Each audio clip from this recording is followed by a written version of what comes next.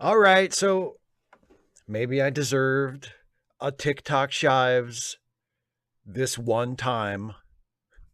I did lose track of time a little tiny bit. I was doing last minute preparations and such at the last minute. And okay, I started just a little tiny bit late. Just a little tiny bit late. So I beg your kind indulgence. Thank you all for being here. Um, Thank you all for hanging out with me tonight. As always, I will be answering questions from my wonderful Patreon patrons and channel members first thing. So if you are with us in the live chat and you have something for me, something you want to ask me, something you want me to talk about, or if you were going to be generous and throw in a super chat, please, if at all possible, hold on to those things until I get to the end of the patron and member questions, and then I will be more than happy to entertain whatever you have to say in the live chat for the remainder of the show. With that out of the way, without further ado, let us begin with the pre-submitted patron and member questions. And the first of those comes from the conscious collector.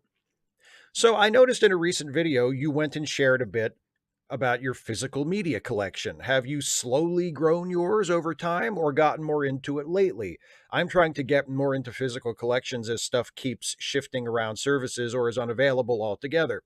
Any storage tips besides get shelves put on shelves? Between me and my partner's existing library and stuff I'm looking to get, it's like 800 to 900 total DVDs.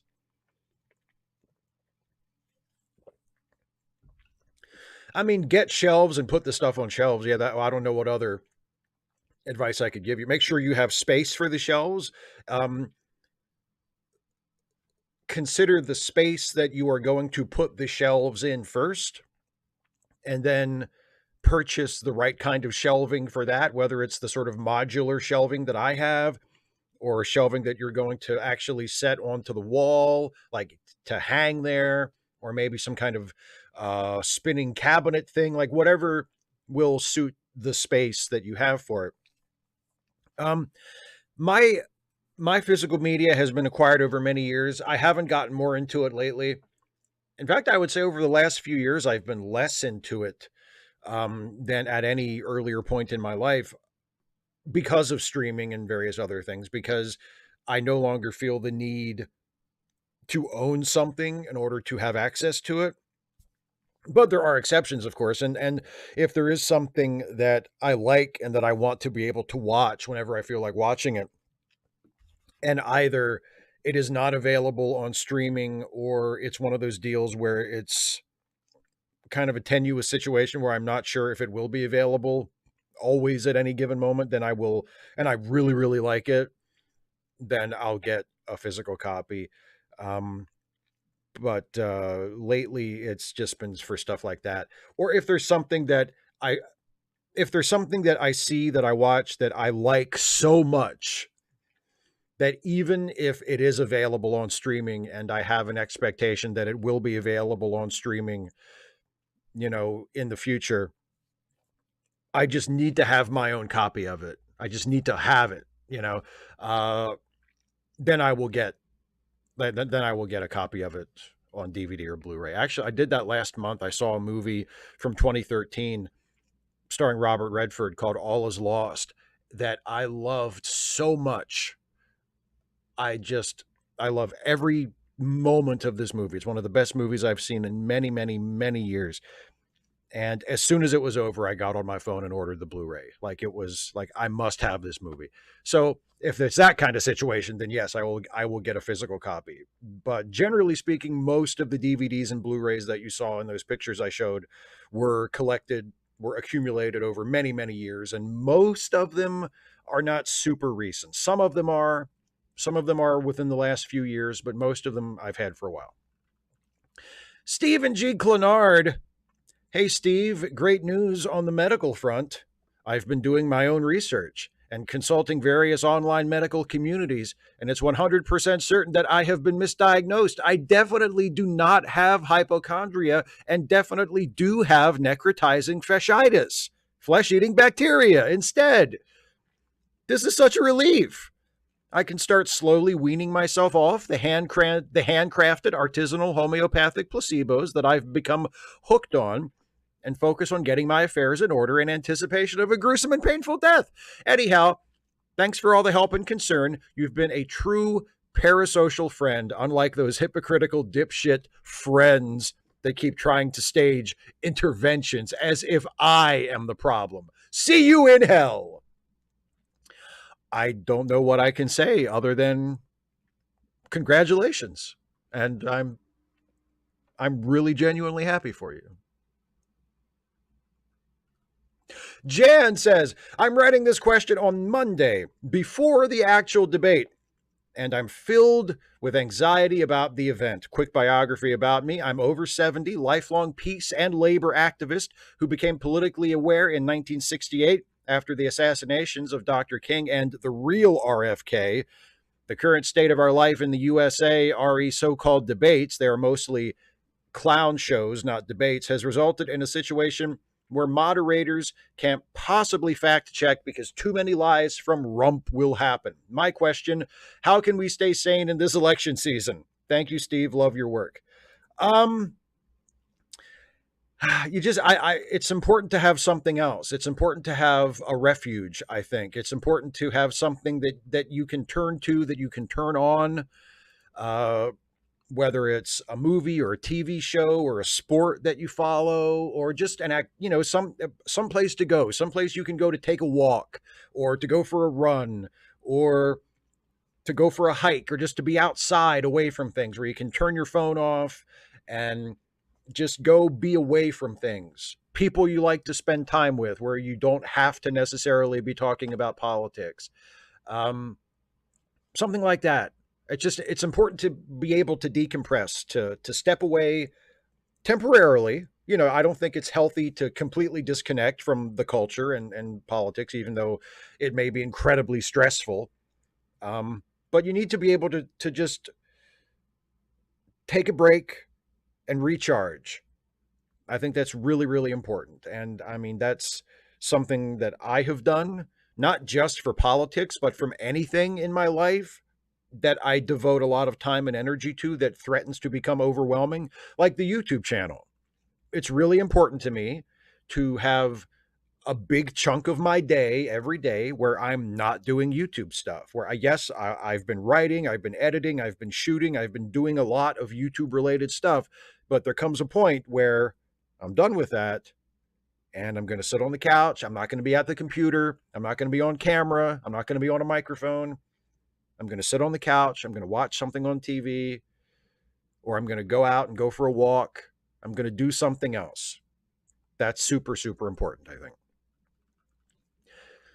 Simon Moody, I've bumped what I was going to ask this week after seeing this minor brainwave from someone in another chat. What are your thoughts on this as a possible policy idea? Requiring that gun owners both register and insure their firearms. The insurance would scale with the lethality of the weapon and be on an individual basis per weapon. The money would be held against potential legal costs or claims by the families of the victims of any misuse of said weapon. Technically, it would seem to skirt the usual Second Amendment block to such legislation, and it somewhat sidesteps the "they're coming for our guns," well, only in the same way that they are coming for our cars if not properly registered and insured.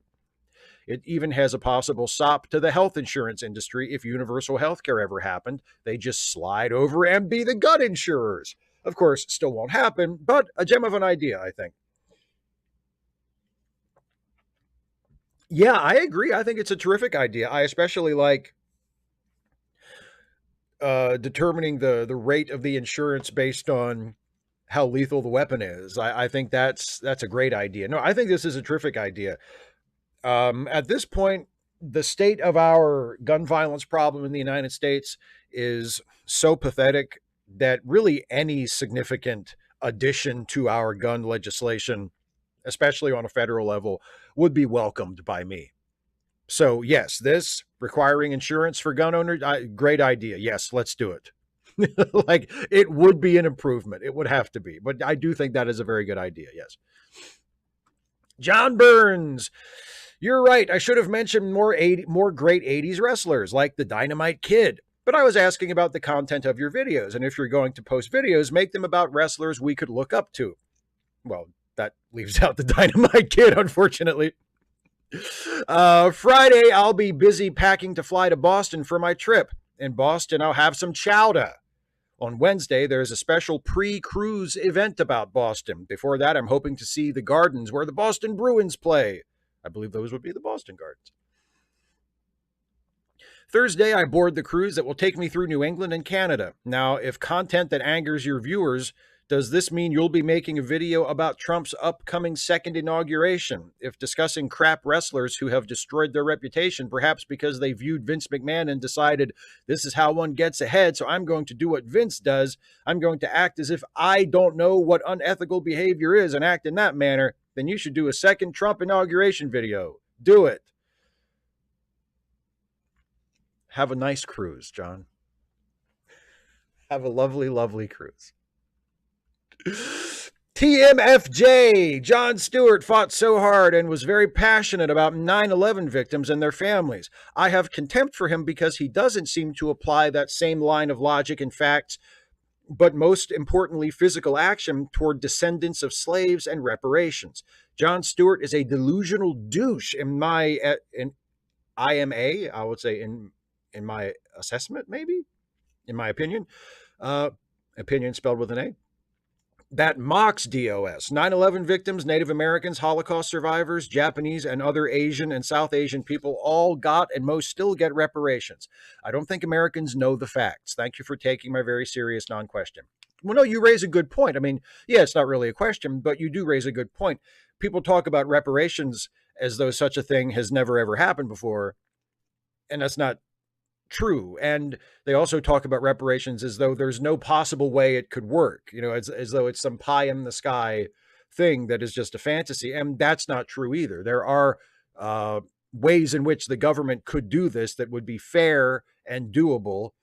And I am completely in favor of it. I don't know enough about it to have a specific model of how reparations would work that I support and would want to push ahead of anything else. But the general idea, I am completely in favor of. And I'm not aware of Jon Stewart doing that. But if he did that, and I take your word that he did, I just haven't seen it, that sucks, because there's no reason to mock the idea of paying reparations to descendants of slaves. I think it's something that would be a good thing and is incredibly long overdue.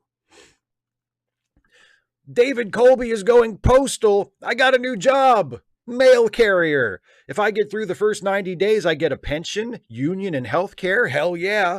Also, soon, Lower Decks Season 5 comes out. Want to know why I like Lower Decks? It has a very similar attitude towards Star Trek as me. Encyclopedic knowledge and intense scorn. Like, Steve, that's the thing you don't seem to grok. Whereas the joke in Crank calling Armus, Steve, the joke is Armus. The evil goo from space is inherently fucking stupid. Klingons are fucking stupid. Crystalline entities are stupid. The Q are stupid.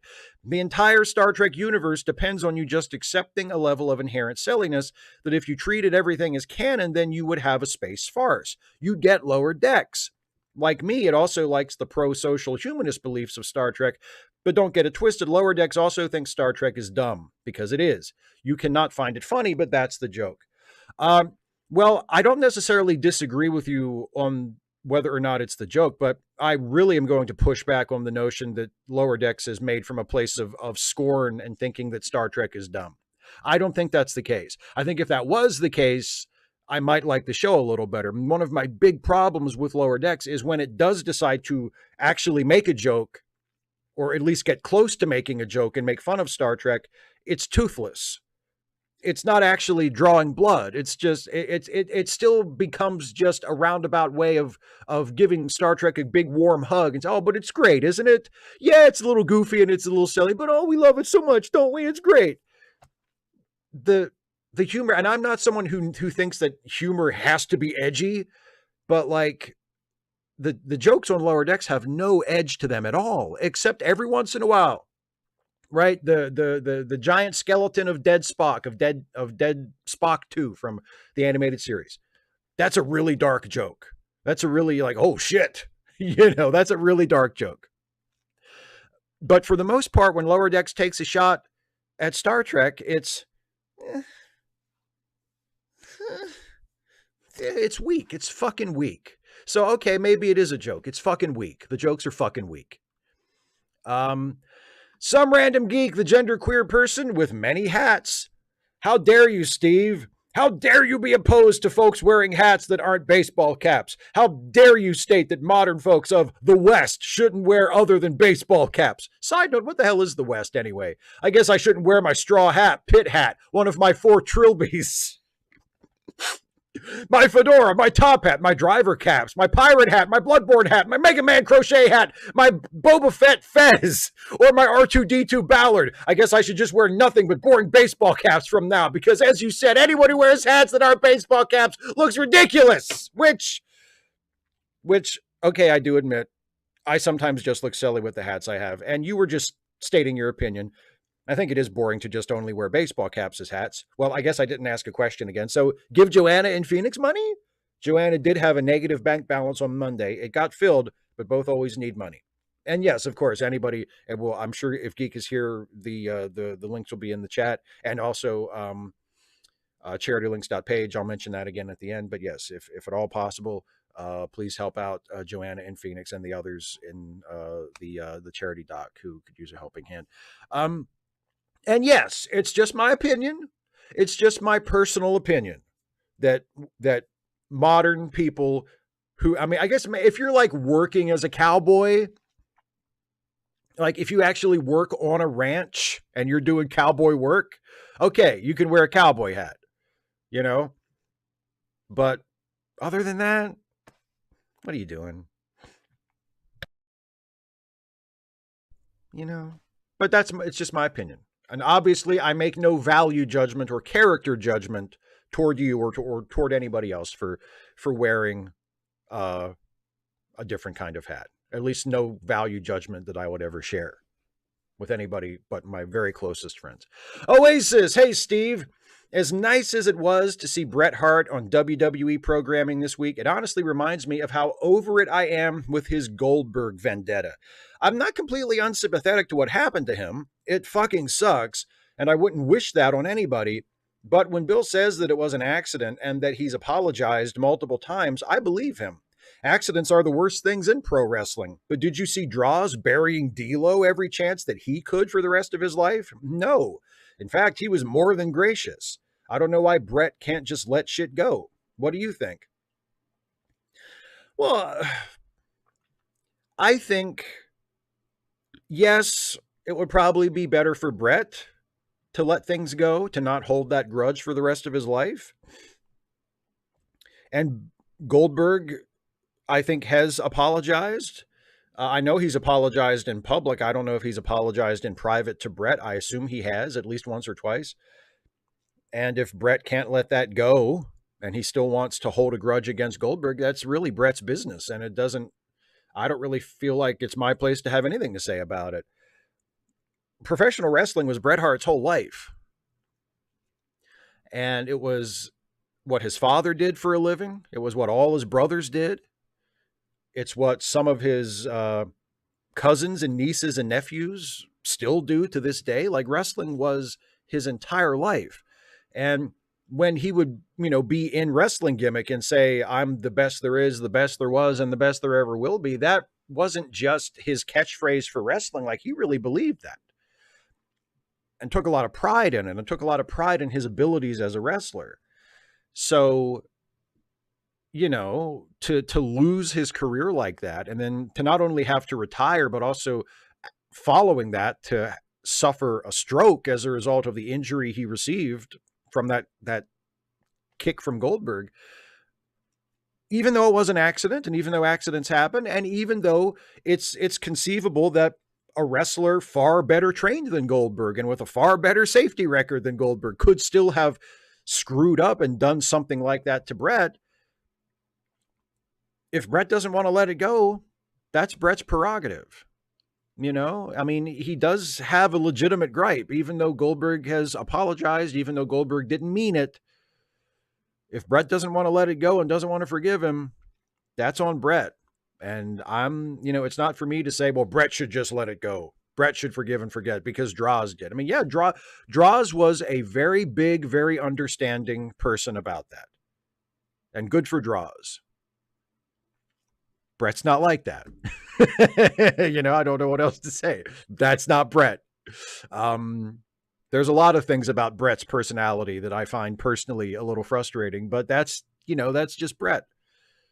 And he's going to do what he's going to do. So it's not for me to say like, well, he should forgive him. Come on, it's been long enough. I mean, has it? Not to Bret. Ethan Horn. Hello, Steve. This is my first time doing one of these, so pardon me if I make some gross error. I always struggle with knowing what to ask, so I'll throw out a softball for my first time. Do you recall the moment or what you might have been doing when you decided to go into writing, creating content, being conversational about the things that interest you online? Obviously, answer this however you like. My contribution to this community is the bit where I rant at my mom for not watching your streams. Even though I pay for premium and a membership, Mom, there are no commercials. Stop being a baby and watch Steve with me. So feel free to answer however you like. I hope this was okay. And if not, well, next time I'll think about thinking of something better. Sure would be nice if I had someone who'd give me ideas like a relative or something. Oh, well. I thought it was a very good question for a start. No need to feel self-conscious about it. And hi, Mom, if you've been successfully talked into watching. If not, to hell with you. Well, I mean, I have wanted to be a writer since I was a teenager.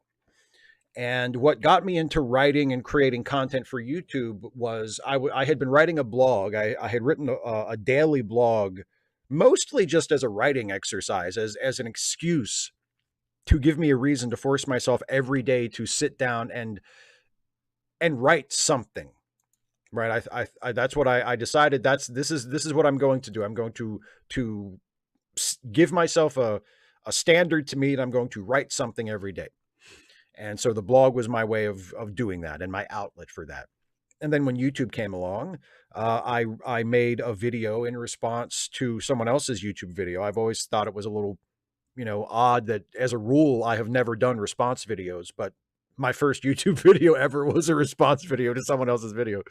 And I liked it. I liked being on camera. I liked talking on camera. I thought it was something that with practice and repetition, I could get good at.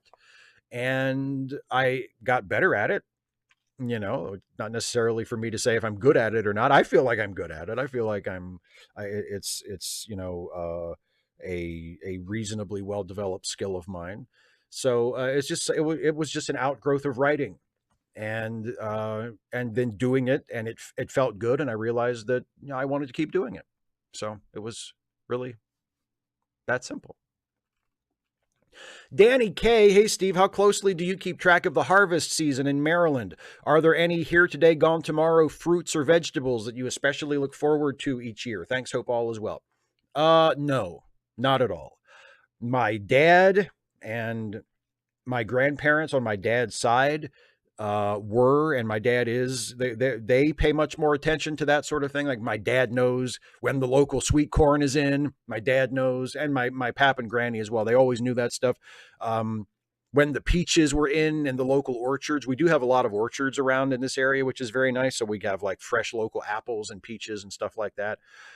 They would always know when that stuff was ready and when to go to the farmer's market or when to go to the orchard that sells it just directly themselves, or the various farmers around here that sell, their own fruits and their own veg from their sell it from their farms. They knew all of that stuff. They kept track of it. I have never kept track of it and have no particular interest. So it runs in the family, but not as far down to me. Andy Lawler, who isn't surprised the VP mopped the floor with the spray tanned trash bag full of disembodied syphilitic dog dicks. Oh man, that's good. Joe Landrew, Steve, I love to travel. I've visited 43 of the 50 states, but I've never been outside of the country so far. Canada is achievable, as would be Mexico, if only to say I'd put boots on the ground. My bucket list includes Ireland, the UK, Germany, Austria, Iceland, the Scandinavian countries, New Zealand, and Australia. With any luck, I'll be able to check a few off my list. Have you ever done any international travel? If so, where did you go? If not, do you have any places you'd like to visit? Thanks and have a great weekend, everyone. I have never traveled internationally.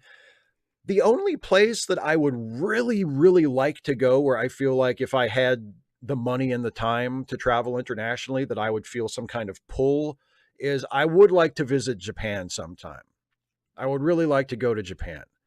Um, and there's other places I wouldn't mind going. Like it would be really, it'd be cool to visit the great capitals of the world.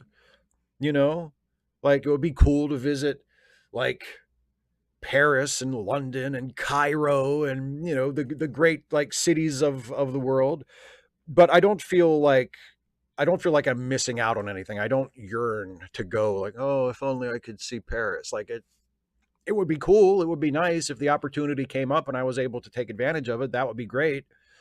But it's not something that I feel particularly pulled toward, you know.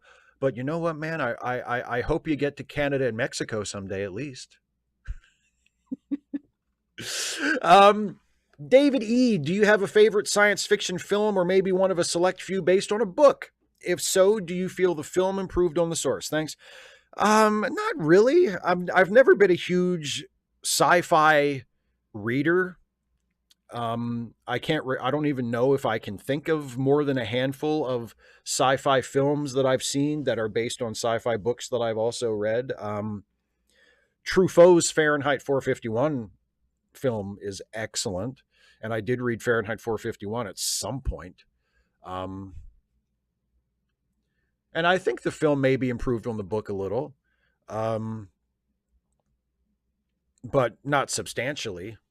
But I know I'm not really the best person to ask this question. I've never been a huge sci-fi reader, so I don't really have much of a frame of reference. I don't have a very deep bucket to pull from. So sorry I couldn't give you a better answer, but thanks for being a supporter and thanks for the question.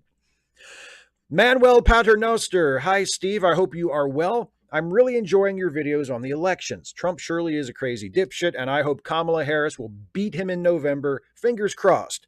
Now to my question. I am living in Germany, and we recently had elections in 2 of the 16 free states, with another one coming up on September 22nd. In both states, Thuringia and Saxony, the right-wing party Alternative for Deutschland, Alternative for Germany, has gotten around more than 30% of the votes, making them first place in Thuringia, or Thuringia, I'm not sure how you pronounce it, and second in Saxony. This makes me very worried since I live in Saxony. I would like to know how this is perceived in the U.S. in general, if it is even, and how you in particular view those developments. On the federal level, it is not yet as bad, but there is much dissatisfaction with the current government, which will probably lead to a change in power next year when we have the general elections. I'm looking forward to your thoughts on this. My best, Manuel. I mean, there's not a lot of perception of it down to that level. There's not much awareness here in the States about, like, for instance, German elections on a state-by-state basis. But there is an awareness and there is some discussion of the overall seeming rise in power and rise in prominence of right-wing parties throughout Europe. We are aware of that here in the States, and we view it with some trepidation, obviously, as I'm sure you do times a million because you actually live there. But the other thing reminds me of it feels like deja vu, because that's kind of what's been happening here as well. The right wing in this country, the Republican Party in this country, has been consolidating power and building a base of power popularly and politically in terms of having people in elected offices at the local and state level for many, many years. And it has finally, in the Trump era, translated to really radical, dangerous, far-right people taking significant federal power. But that all is an outgrowth of those same kinds of people pursuing power at lower levels of government.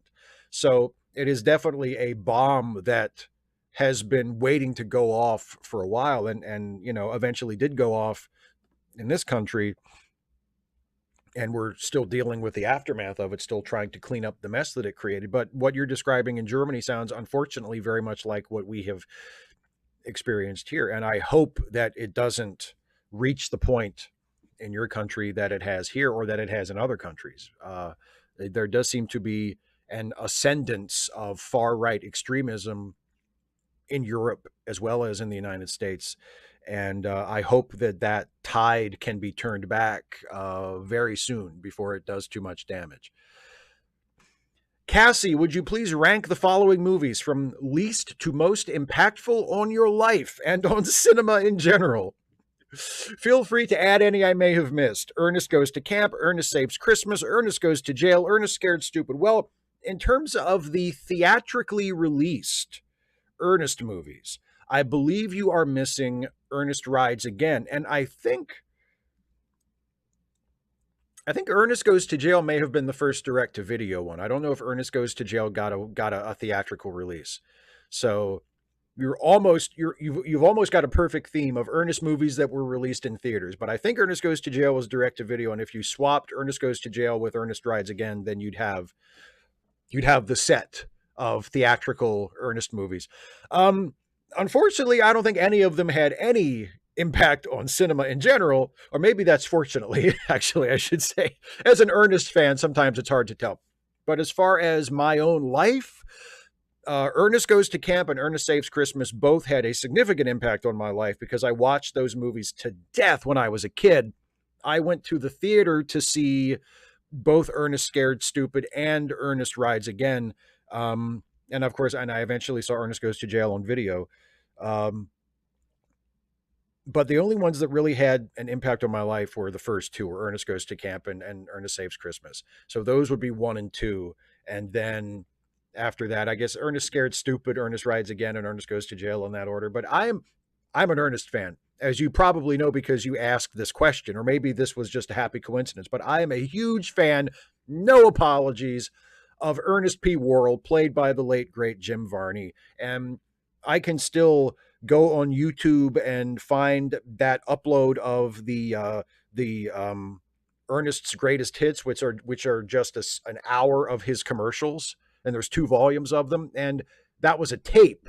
It was a VHS tape, or there were 2 VHS tapes, and we had them at my local video store. I would rent those over and over and over again and watch them habitually. And now they're on YouTube and I can watch them whenever I want. But I can be a very happy guy for an hour or two just watching old Ernest commercials, never mind the movies. In fact, I think I like the commercials better than the movies. I think the commercials suit the character better than a feature-length format does.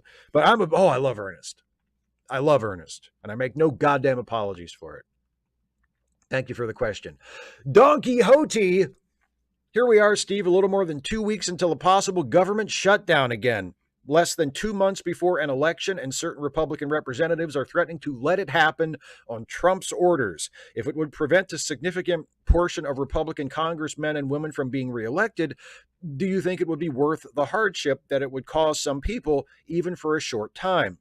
Also, do you think it might cause some to blame Biden and other Democrats for allowing it to happen? Well, if it does happen, the Republicans are certainly going to blame it on Biden and Kamala Harris and the Democrats. But hopefully the Democrats will be smart enough to know how to turn that back around and say, hey, Republicans control the House. It's not our fault. This happened under your watch. And also, yeah, I'm pretty sure you're doing this on the orders of your guy, your presidential nominee, Donald Trump. So no, we're not we don't own this. You own this. There's probably an ideal point in terms of balancing the hardship caused by a shutdown with the benefit that would result from it. I'm not sure where that point is. My reflexive hope is always to avoid a government shutdown because it's ridiculous that would ever happen to begin with. The idea that funding the government has become this political football that is used every single time it comes up where the funding of the government has to be renewed, it becomes this struggle between Republicans and Democrats. And if it's stalemated for too long, the government shuts down, and it's ridiculous. It's ridiculous. So my hope is always that it just doesn't happen. But I'm sure there is some point where if it did happen, and if the Republicans did take the blame for it in the eyes of the public, as they should, that the windfall for the Democrats in the election would be worth the short-term hardship caused by the government shutdown. But I have no idea where that might be. But generally speaking, I would like to avoid it. Agent Meister, who lives his life like an oil rig flare in a North Sea gale. Peldor Joy. Steve, okay, I have a question, a suggestion, an observation, and a request. Question. The world will end tomorrow, so what will you do today? Suggestion. Try watching the TNG intro while listening to John Williams' Superman theme. It will mess with your head, but in a good way. Observation. I was cycling around Northwest Ireland recently and passed a townland called Battlebridge and put a smile on my face. Request. Will you please give Captain Picard's I Will Make Them Pay monologue from First Contact, but in the voice of Bane from The Dark Knight Rises? To quote my 2-year-old niece when I'm reluctant to do what she wants, please. And on the off chance that he's watching, no, Donald, they're not eating the pets there. You're just a fucking idiot. Okay, so what would I, if the world is ending tomorrow, what will I do today? You know, I'll take your suggestion. I'll watch the TNG intro to the Superman theme. That sounds cool. Okay.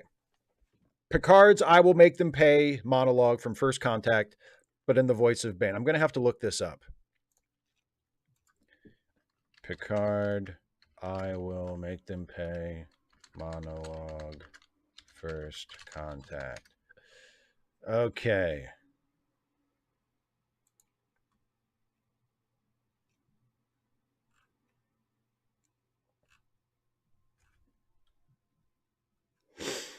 Okay, here we go. You asked for it. Here we go. I don't have a cup to talk into for my Bane voice, so I'm going to have to cup it over my hands. Okay, here we go.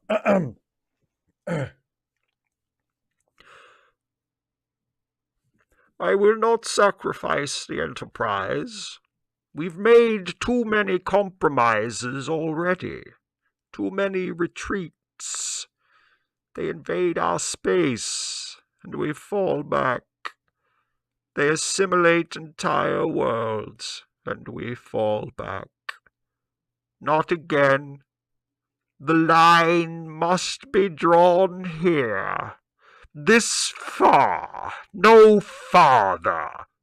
And I will make them pay for what they've done. I wish to reiterate, for the record, that was not my idea. Isaiah Taylor. So here's a pitch for a new Trek TV show. Star Trek Expeditions, The Challenger Chronicles. The show follows the crew of the USS Challenger, a Sovereign-class starship that sets off on, well, you know, where no one has gone before, named after the late space shuttle. It's an entirely new crew and a new ship. I kind of want to mix between a bona fide Star Trek The Next Generation spinoff and The Office, but with a TNG vibe. If possible, I would like to keep the 90s color palette from Generations. Steve, what things would you like to see in a 90s TNG spinoff show made for the modern era? And yes, practical effects and set pieces abound. And of course, those same tactical gray and black uniforms from First Contact. What characters would you like to see, both human or otherwise? I can't give you characters. That's too much to do in answering just a quick question like this. I can't develop the show on the fly. But it's an interesting mix you're suggesting there. TNG spinoff with the Office vibe. So I guess in terms of like style, like kind of handheld camera and sort of a loose style, like a loose visual style, kind of like a documentary visual style. That could be interesting. I could go along with that. But as far as like what I would like to see in a spin-off show made for the modern era, I would like to see if somebody did a show set in that era of the fictional universe, if it was set in the same like sort of late 24th century time frame as TNG and I guess the TNG movies, if you're going to be going with those uniforms. Um, I would like to see a visual update of that the same way that we saw a visual update of TOS era stuff in Strange New Worlds. You know, take the TNG design as a starting point and say, okay, make something that is evocative of this, that looks good in 4K TV, you know, and that makes sense in today's modern sort of television universe. Takes advantage of the latest technology and the latest, uh, you know, design capabilities and stuff like that.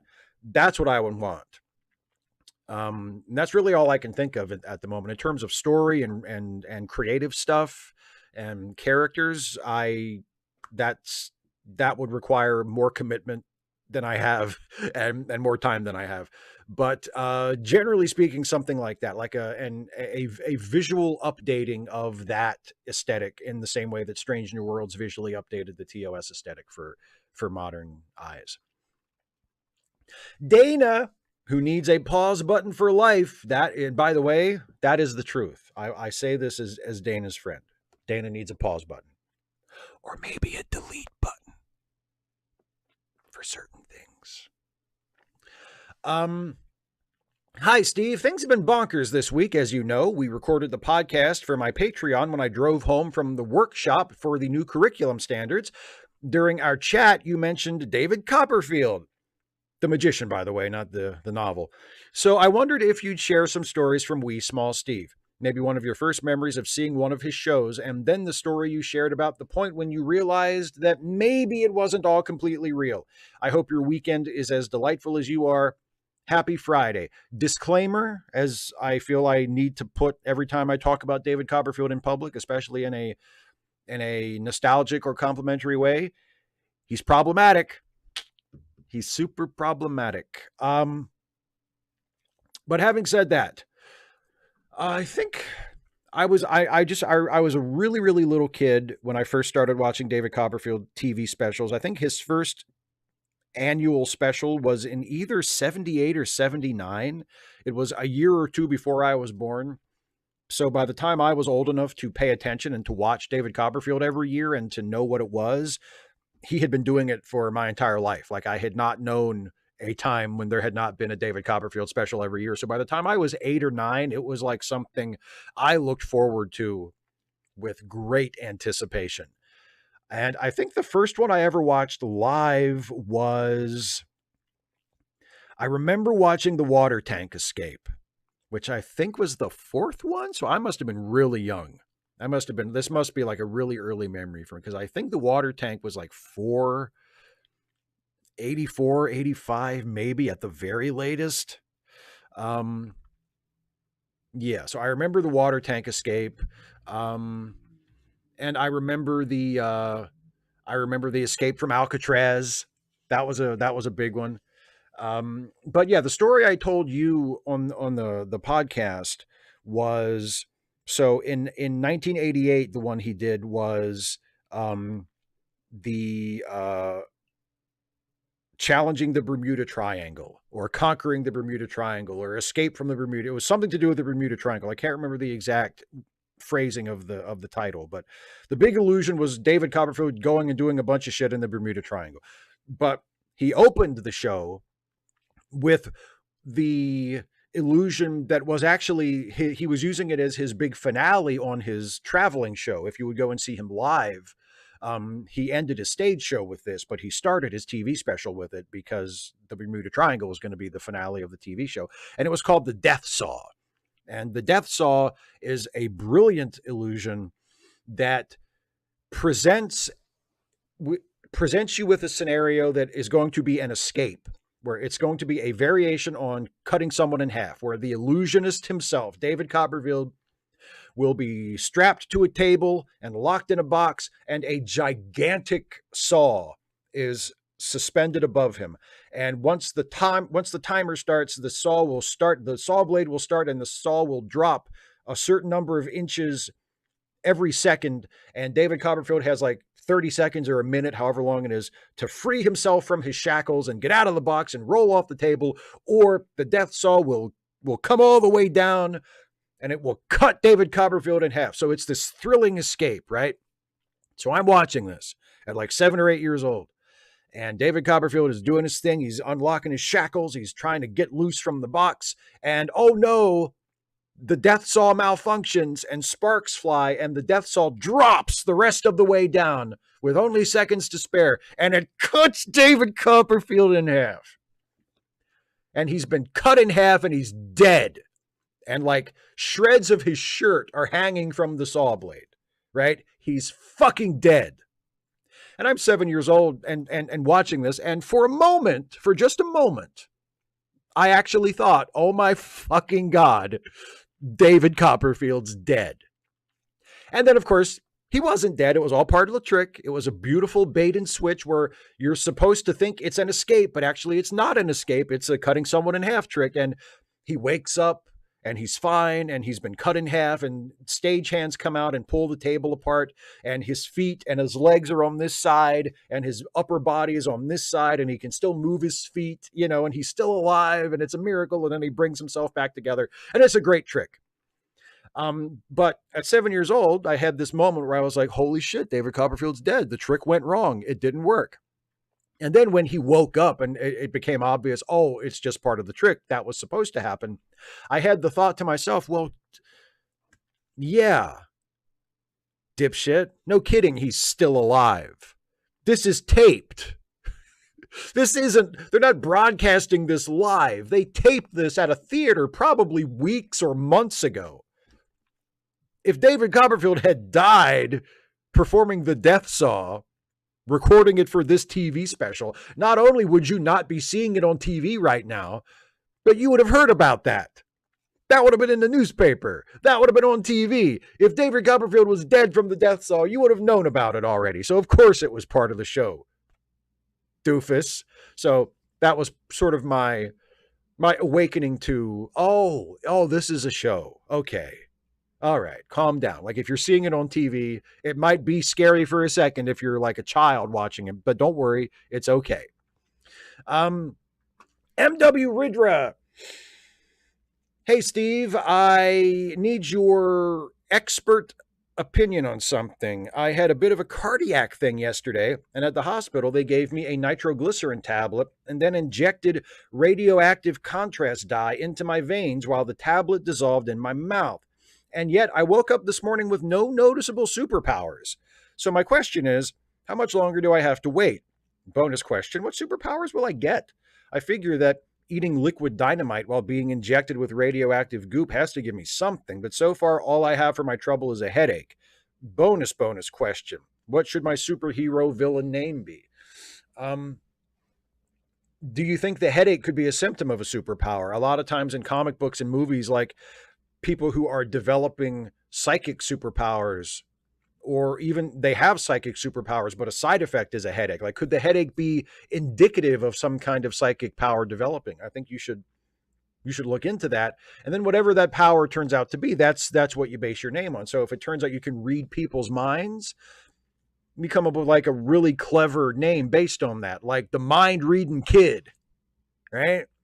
Or, if you can like do telekinesis and you can like bend a spoon with your brain, then you would call yourself Brainy the Spoon Bender, like that. You base the name on the power. So just pay attention to that. And whenever you figure out what your power is going to be, then you'll know what your name is. Joe McClory, with election season in full gear, I've been thinking a lot about the phrase, the cruelty is the point. Although it was meant to talk about Trump's border policy, it is an interesting framing for most conservative policy. Homeless problem? Hurt the homeless. Crime problem? Punish people that did crime and make more things crime while we are at it. Immigration problem? Make all immigration illegal and lock up and kill as many of them as we can. school shootings, turn schools into fortresses, and treat all students into potential shooters. I could go on, but it feels like the only tool they have is a suffering hammer, and every problem must be handled with only that tool. Thoughts? Well, I think you're right. I think it's indicative of the simplicity of the conservative worldview.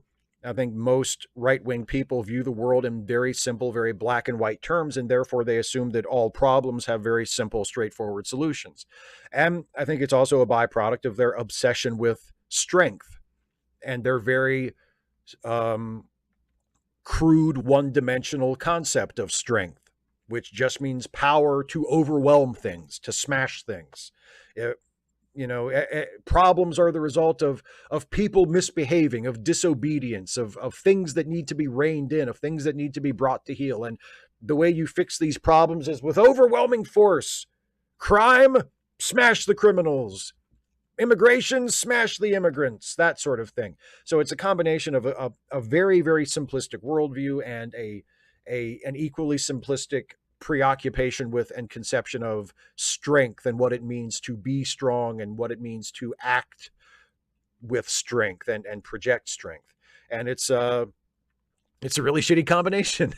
It's a really shitty combination, as you know already. A patron who may have a somewhat over-embellishing imagination. Okay. Tuesday, I retired to my sofa to watch the debate. The stage, awash in bright light, held two objects. On stage right, a large and garishly ornate lectern, which dwarfs its modest yet elegantly practical counterpart to the left. Loud music blares, and from the right, cherubic pedal tossers strewn the stage as a lurching pillar of arrogance enters. On the left, a woman, small in stature, enters, head held high, eyes fixed ahead.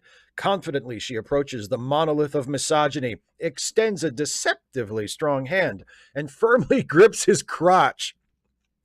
He wincingly leans further forward, now at eye level, to his foe. Authoritatively, she says, "This is for all your persistent disrespect of women, and tonight you will do as my whims dictate. Understand, little man?"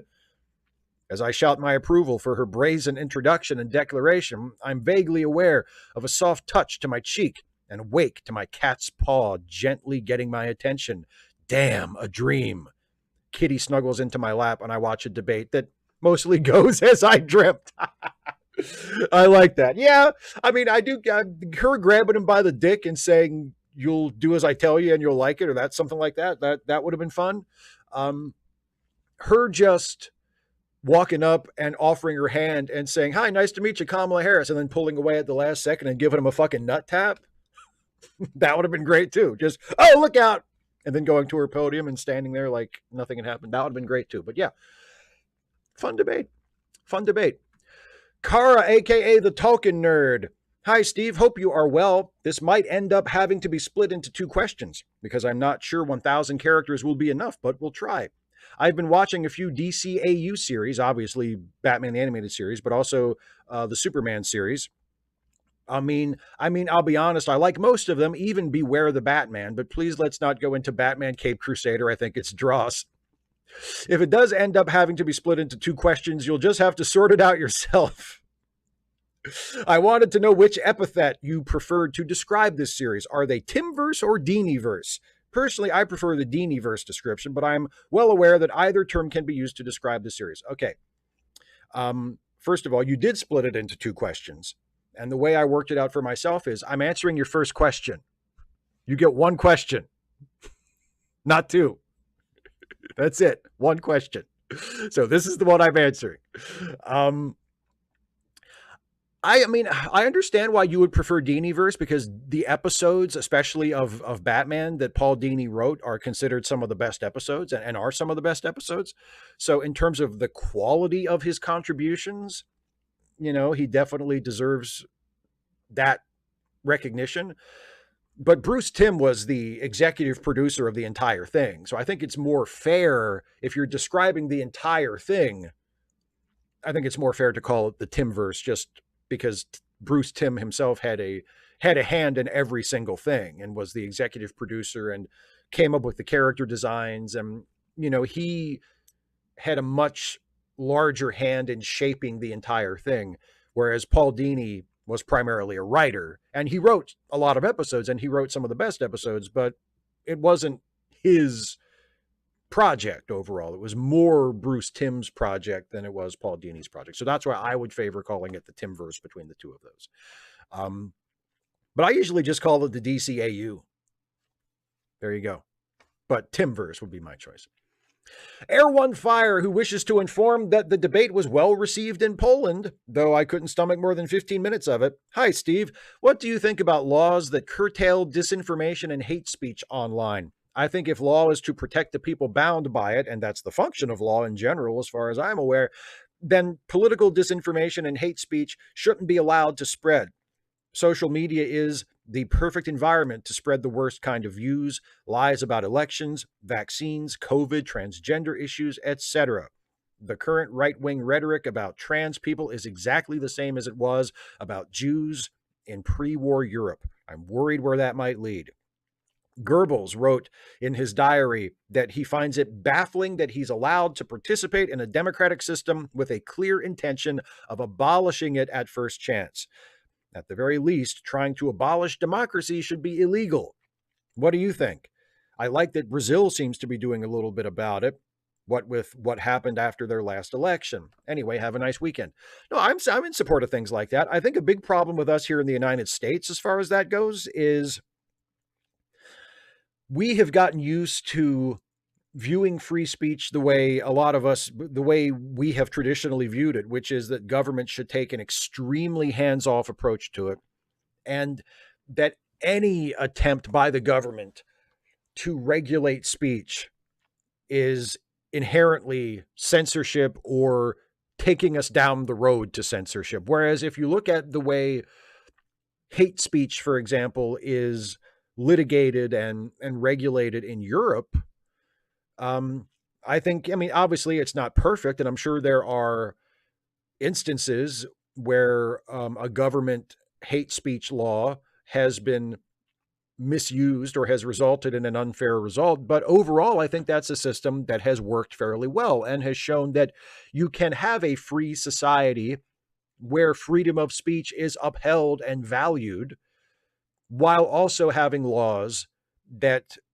discourage and punish where appropriate hate speech, the deliberate spread of misinformation, the deliberate use of speech to incite violence and to harass and destroy someone's reputation, or emotionally attack someone and drive them, to despair.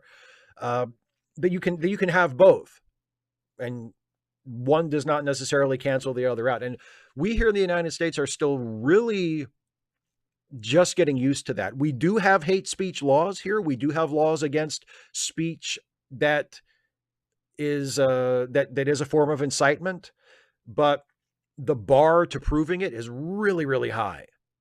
And there are a lot of us who question if the current laws that we have, especially when it comes to social media and interactions with people, generally speaking, on the internet, are adequate to deal with the problems. But no, you have to write these laws very carefully, and you have to trust that when it does get into a court situation, that it will come before judges who have an understanding of the law and how to apply it and what the desired outcome is for these people and for society. Like there's a lot of room for error, and a lot of care needs to be taken to balance safety and fairness and humanity with freedom. But that's the same everywhere. Like that's the balance we have to strike in a free society, no matter what, whether we're talking about speech or we're talking about property rights or we're talking about anything. That's just part of the deal in living in a free society with millions of people. There's always got to be a balance. But no, I'm in favor of laws like that. And I think we probably need more of them, especially in regards the spread of hate speech and harassment and misinformation on social media. General Contact Unit Problem Child. I said I'm not sure I wouldn't want the Dems to try and steal the election if Trump won during the last stream the other day. And you and Dana pointed out two things. One, Biden probably couldn't steal the election even if he wanted. Two, once you've done that once, it's very easy to rationalize doing it again and again. So we might be starting down a potential dictatorship either way. The first of those points makes this an academic question, but if you were facing either a Republican one-party dictatorship or a Democrat one-party dictatorship, wouldn't you prefer the latter? As someone with an interest in ancient history, I think of it this way. I think living in the Roman Empire would suck, but I'd rather live in it when it was being ruled by Marcus Aurelius rather than Caligula. P.S. This made me irrationally angry today. And I'll show the picture that you linked to there in a minute. But yeah, no, I agree with you. Of course, if the only option is a one-party dictatorship and it's Republican flavor or Democrat flavor, obviously I'd rather have a Democrat in charge than a Republican. Of course. But I would rather not have a dictatorship. But yes, I would prefer one over the other, even though it would not be an ideal situation either way. So that link goes to a Reddit article with this picture. And as you can see, and I'll show you a close-up in a minute, but the two green circles are over two similar sounding items on a menu. Fish cake, 2 words, and fish cake, 1 word. And the problem is, and here's the close-up, fish cake, 2 words, is being sold for a price of £1.60, and fish cake, all 1 word, is being sold for a price of £4.50. So the question is, what's the difference between fish cake and fish cake? And my answer is, I have no fucking idea. If you assume that they're basically the same thing, then yeah, that would make me angry too. Why is one so much more expensive than the other if they're essentially the same thing? I have no idea. I mean, when I think fish cake, I think like a crab cake, like a a patty made of fish, like a burger, like a fish burger, essentially. That's what I think of when I think of a fish cake, because that's what a crab cake is. But if one of those is that and one of those is something completely different, just with a similar sounding name, okay, maybe it's justified to charge more for one than the other. But you should probably think of a different name for one of them, don't you think? I don't know. That's just my suggestion.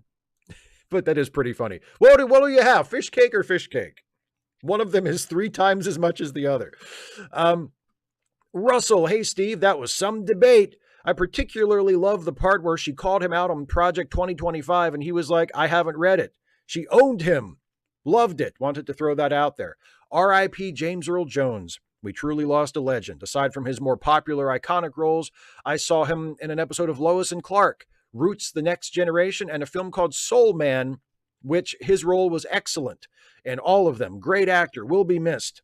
Anyways, on tonight's question, I haven't had time to prepare. My mom was in the ICU, and I have a grandson who was born premature, so I've been taking a step back, so it's just going to be a fun pick your brain, not argue, but rather understand your idea of the difference.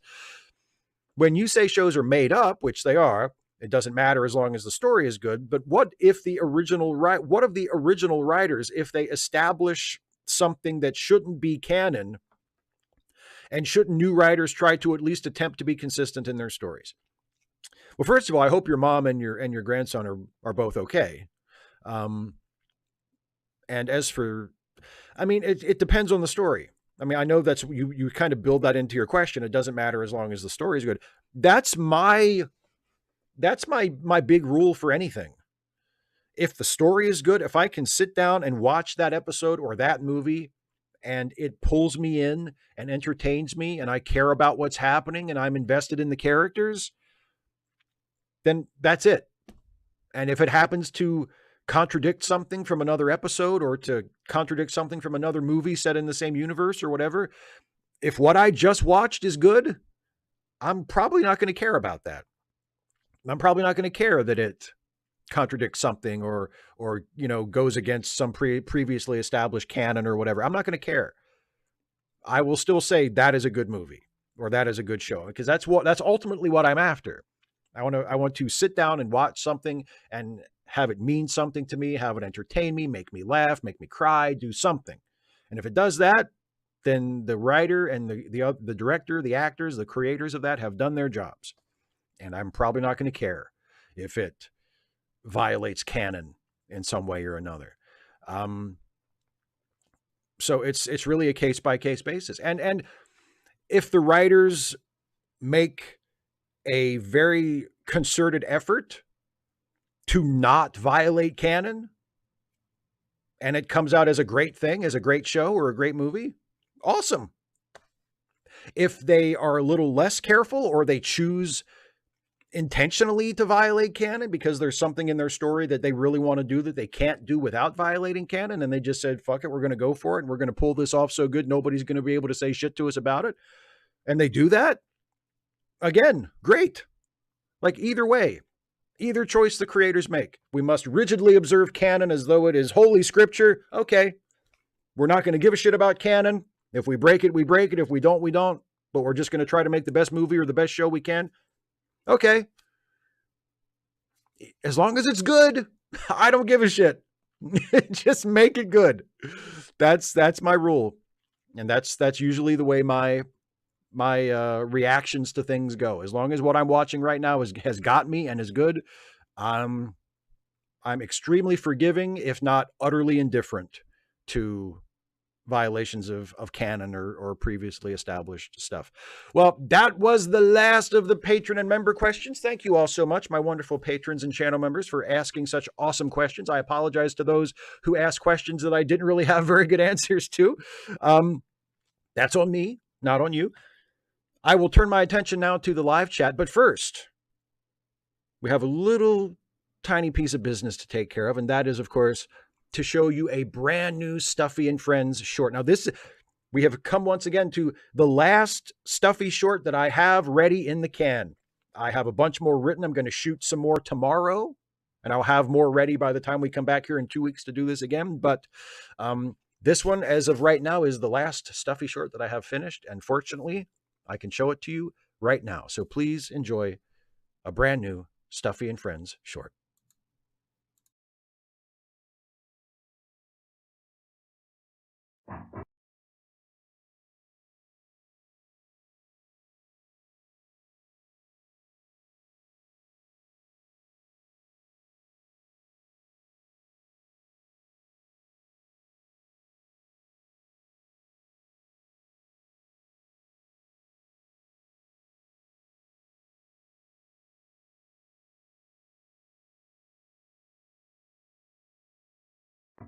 It's open.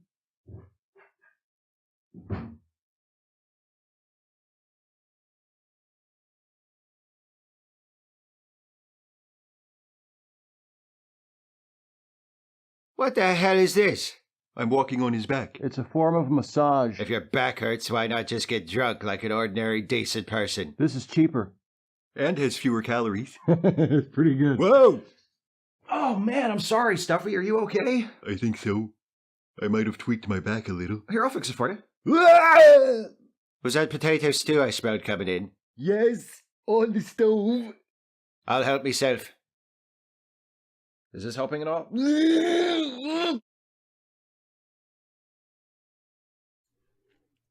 So you know what I realized is I had my microphone muted the last time I popped on to explain that the Stuffy shorts are stored on an external hard drive, and when sometimes the hard drive needs to wake up in order to play the video, and that's why it kind of had a false start there.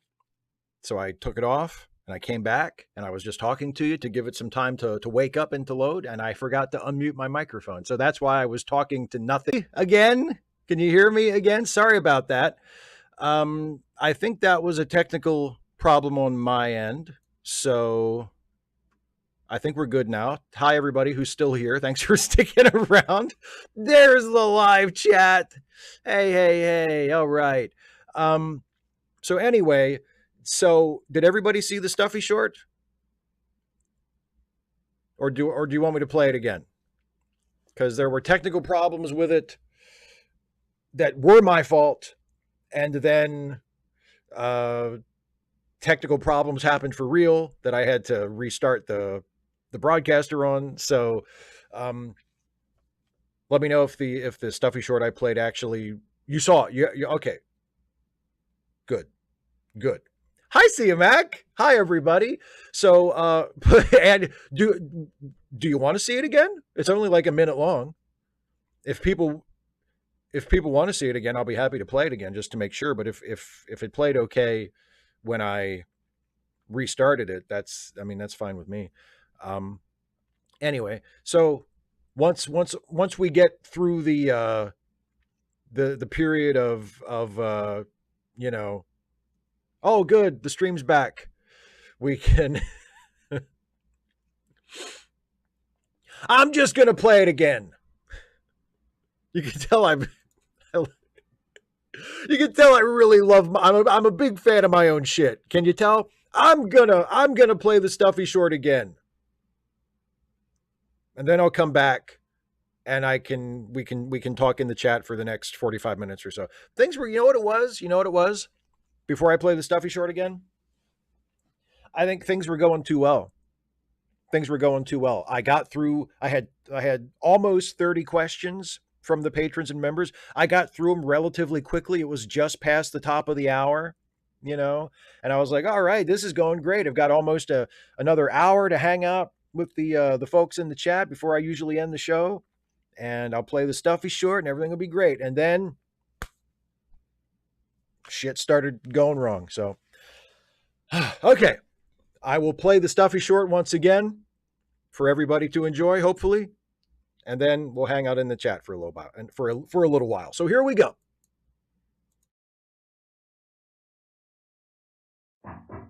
It's open.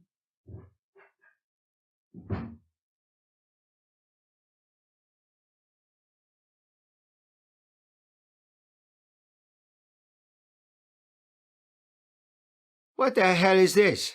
I'm walking on his back. It's a form of massage. If your back hurts, why not just get drunk like an ordinary, decent person? This is cheaper. And has fewer calories. It's pretty good. Whoa! Oh, man, I'm sorry, Stuffy. Are you okay? I think so. I might have tweaked my back a little. Here, I'll fix it for you. Was that potato stew I smelled coming in? Yes, on the stove. I'll help myself. Is this helping at all?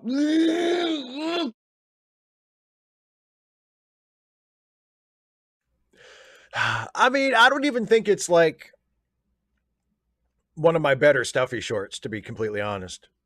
But it's fine. I'm pleased with it. All right.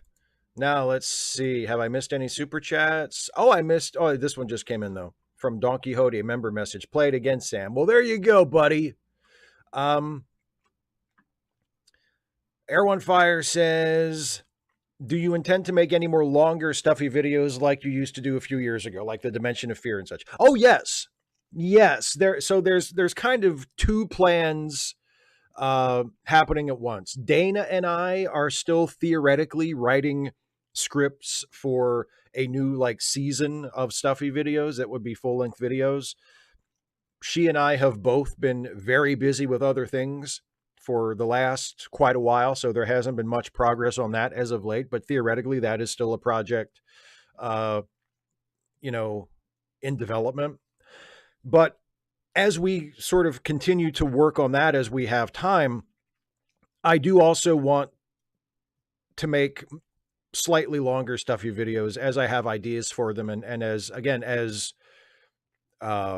circumstances allow. I did one a couple weeks ago as a way of talking about the Get Out the Vote postcards that was not as long as like a Steve and Stuffy video from a few years ago would have been. Those, by the time I made the last one, they were around 25 or 30 minutes long each.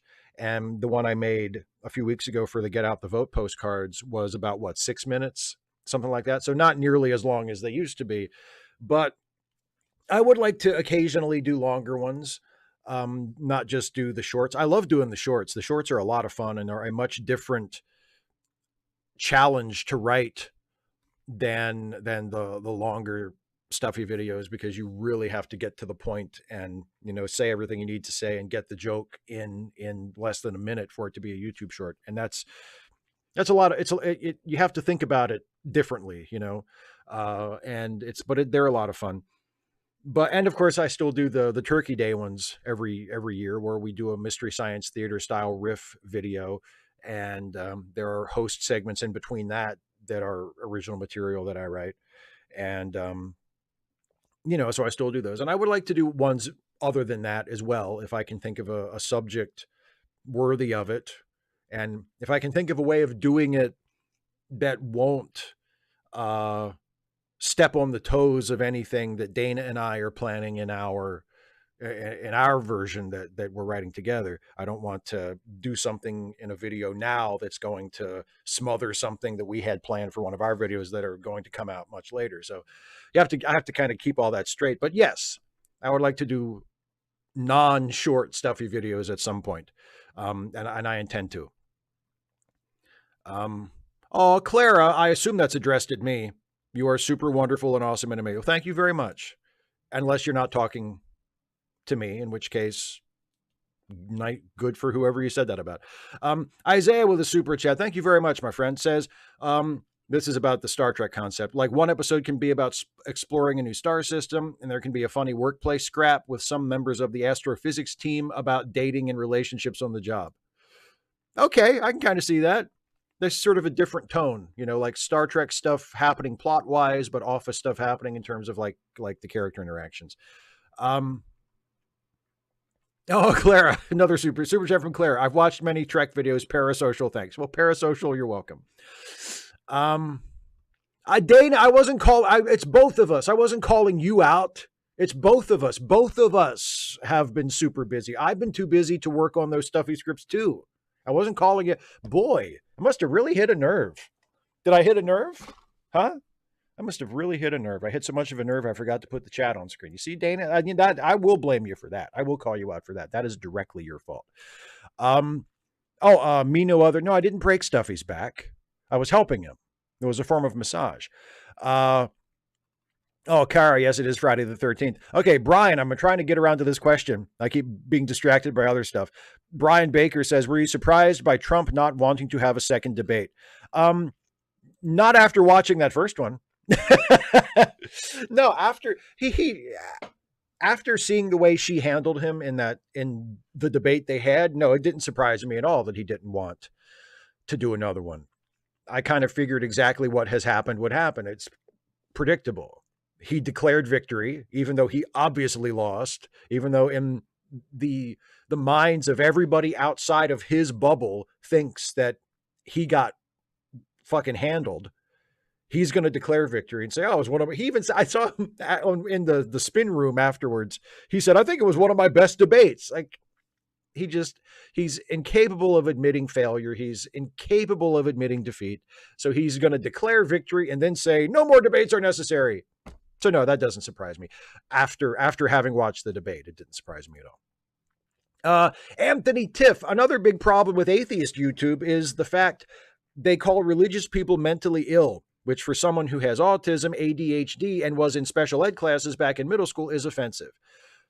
Yes, and I always had a problem with that too. I never thought that it was fair to anybody in that equation to equate religion with mental illness. First of all, it's not fair to use mental illness as sort of a catch-all negative thing and say, well, so-and-so is mentally ill, meaning they have something wrong with them and they're dangerous or they're stupid or whatever. Like, that use of mental illness is terrible. And then to take that insult and apply it to all religious people. Yeah, no, it's most religious people that I have known are perfectly rational people apart from their religious belief. And a lot of religious people even have a very rational, very critical view of their religious beliefs. Like, I've known lots of religious people who will openly admit, I can't prove any of this. I have no way of knowing for sure if any of this is true. This might just be wishful thinking on my part. Like, it's possible to have a sincerely held religious belief and still be able to have enough self-awareness and enough detachment to admit that, this is just an article of faith. Okay, I'm back now. It just dropped me out again. I have no idea what Yeah, that I have no idea what the problem is. But you should be seeing and hearing me again. Let me refresh the chat again and see if that comes back. There it is. Sorry. All right. Let me get to the super chats before it goes out again. So Kirok with a couple of super chats here. Steve, I appreciate your sentiment. Mom had COVID and pneumonia. Plus, she has COPD, but she is now COVID-free and pneumonia-free and out of isolation. It was rough for 10 days, but she's being released tomorrow. As far as my grandson, he's improving day to day and making progress day to day for now. Well, I'm very glad to hear that. And I hope that continues. So I apologize for these technical problems, everybody. I honestly, the first time I thought maybe it was my fault, but now maybe I think it's just an internet thing. I mean, it would still be on my end, but it's nothing that I did. It's just something that's happening. So, and yeah, maybe it is. It's just Friday the 13th. We're superstitious people, right? Simon says Stuffy is doing some serious payback with Steve's wires. Pet abuse will come back and karma you. No, first of all, Stuffy would never do that. Stuffy would never do that. And second of all, I was helping Stuffy. It was a form of massage. I was walking on his back to help his back. Do you not get it? But no, Stuffy would never do me like that. Stuffy would never betray me. Maggie Sermonara. I've been delving into your back catalog. You're incredibly talented, and you're my neighbor. I'm down the road in Frederick. I love the amusing vids as well as the more thoughtful ones. Well, thank you. That's very kind of you to say, Maggie. Thank you very much. And congratulations on living in Frederick, Hagerstown's prettier, more attractive sibling. I'm sure Frederick has its problems as well. I've heard stories about people who live in Frederick who say that it has its shitty things as well. But to us in Hagerstown, we always cast kind of a longing glance in Frederick's direction, you know. And whenever I have visited Frederick, especially the parts where they've obviously put money into it, the downtown portions of Frederick, the walkable sections of Frederick, I'm always like, oh man, this is nice. I wish we had something like this in Hagerstown. Here's a super chat from Zay Bear, who says, hi, I'm a new viewer, haven't subbed yet, but I love the way you present information. I listen on my drive to and from work, and it gets this social worker in a good space. Well, thank you very much. I'm glad that that I can do that for you. I appreciate it. Caitlin, I played it twice. I don't think I can play it again. Yeah, I played the Stuffy video. I played it twice because of technical difficulties. I don't think I can get away with playing it a third time. I'm sorry. But it'll be a short on its own tomorrow, or you can just rewind the stream and watch it that way, or watch the stream archived after it's over and watch it that way. But you can catch up on it. But yes, I don't think I can play it again.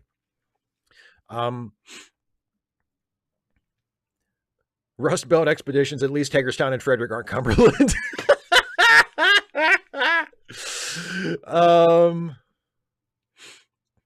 Anthony Tiff, what do you think will become of MAGA if Trump loses? I think they'll throw a little bit of a tantrum for a while, and then eventually they'll go away. And the leadership of the Republican Party will try to act like it never happened. And hopefully we will not let them get away with that. Trying to 1701, have AOC's SCOTUS impeachment filings been resolved? I don't think so. I don't think they have been brought up. I don't think there have been actual committee hearings on them. And I don't know if there will be. Maybe she didn't get enough support and they're just going to be dismissed. I can't imagine the Republican majority taking it very seriously. You know, that's the problem, is you file articles of impeachment for Supreme Court justices, and it's a Republican majority, and the Republican majority thinks that the Supreme Court justices you're trying to impeach are doing a great job. So it's probably not going to go anywhere. But no, I haven't heard an update on that. Isaiah, Steve is like, no, neighbors. Oh, well, you know, Frederick is a city neighbor. not a next door neighbor. So a neighbor that lives 45 minutes drive away, that's completely fine with me.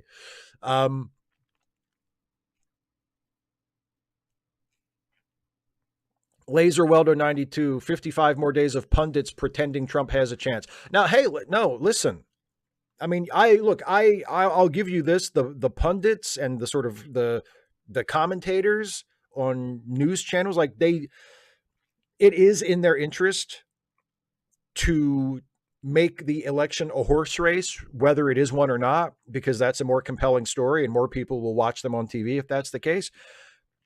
But don't get cocky. Like, the one thing we can't do is start to treat this like a foregone conclusion. You know, Kamala comes in to replace Biden and shoots up in the polls and then does incredibly well at the convention and then does incredibly well at the debate. And we're all like, oh, this is over. Shit. She's going to win. No. It's not over till it's over. So let's not get into that comfort zone of like, oh, this is great. This isn't even going to be close. No, if we work and we get out the vote, then it might not be close, but we have to make it happen. We can't just take it for granted and be like, this is great. They're going to try to convince us that it's going to be a close election and that Trump has a chance, but we all know the truth. Like, no, don't look at it that way. It's an election that can be won, but it needs to be won. Here's a couple more super chats. Prince of Tonga says, good stuff, Steve. I came for the good Trek stuff, but stayed for political commentary that in this ignorant Brit's opinion is on point. Carry on, my man. Well, thank you very much. And I mean, if you think I'm on point, you can't be that ignorant, right? I mean, that would mean we're both ignorant. What are the odds of that? Damian Williams with a super chat. I would like an anthology Trek show. New ship, new crew each season. What do you think? I wouldn't be opposed to it. As long as the stories are good, I think it would work. Yeah, sure. Oh, Vic. Yeah, don't underestimate the racism in the country. Oh, I agree with that. Underestimating the racism in the country was one of the big things that allowed Trump to win in 2016. And yeah, Zeb S has a good point too. Don't discount gerrymandering and new voting rules set up by racist states. Let's not take anything for granted. Like, it's looking good. It's looking good. The national polls and the individual state polls both seem to be moving in a very positive direction, that make it seem like it's more likely than not that Harris will win the election. Will get the 270 or more electoral votes necessary to win. But the last thing we need to be doing is relaxing and resting on our laurels and saying, oh, we've got this one. Do not do that.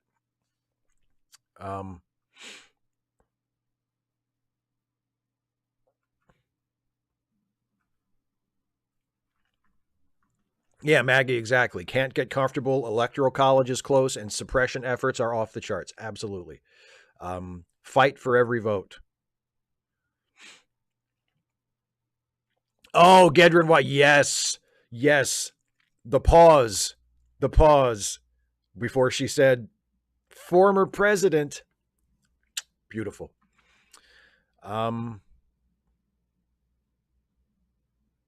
Anthony Tiff, 2028 will be an interesting election year. I don't think Trump will run again. No, I don't think he will either. And the thing is, like, it's kind of flipped where, like, in years past, it was kind of the Democrats who didn't have a very deep bench in terms of people in the Senate or in governors' mansions or whatever who seemed like they were ready to step up and run for president the next time around, where it seemed like Republicans had a whole bunch of people. Now it's the opposite. It seems like the Democrats have a bunch of people that could run in 8 years after, assuming Kamala wins this time and gets a second term. The Democrats have people who are national names right now who would still be young enough and presumably viable enough as candidates and viable enough politically that they could run in 8 years after the end of a two-term Harris administration. Whereas right now, doesn't seem like the Republicans have anybody. Nobody that isn't already well known and either a joke or has been rejected in the past. So yeah, it's an interesting it's an interesting scenario. And I like who, assuming that Harris wins this time and runs for re-election next time, who are the Republicans going to run against her? Vance? Probably not. I feel like Vance is hanging on by a thread to his fucking VP slot on the ticket. So who knows? Oh, Dana, how many alternatives do you think went through her mind during that pause? A few. I can think of at least two. I can think of at least two. I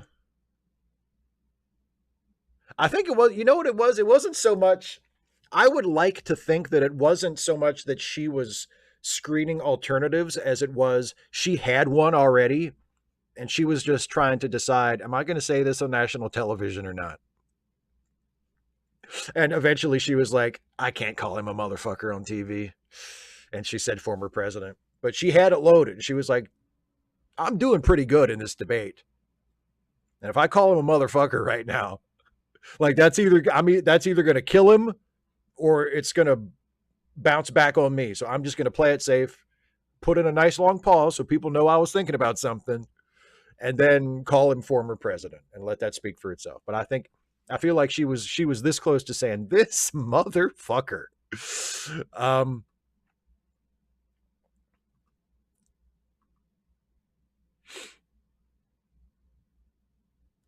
Vic, they might try to repackage Nikki Haley. Maybe.